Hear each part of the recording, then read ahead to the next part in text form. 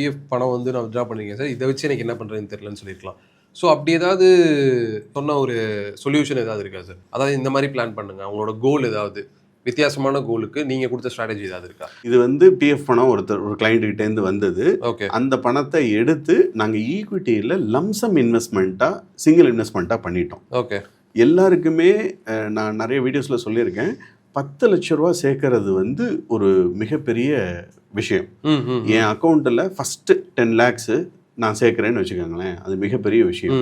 ஏன் அப்படின்னா இந்த 85321 நீங்கள் அந்த ஃபார்முலா கேள்விப்பட்டிருப்பீங்க. 8 வருஷம் நான் சேர்க்கக்கூடிய பணம் அடுத்த 5 வருஷத்தில் டபுள் ஆகும். அடுத்த 3 வருஷத்தில் இந்த பணம் டபுள் ஆகிடும். அடுத்த 2 வருஷத்தில் அது டபுள் ஆகும். அடுத்தது வருஷம் என்ன ஆகிட்டே இருக்கும், அது டபுள் ஆகிட்டே இருக்கும். சரிங்களா?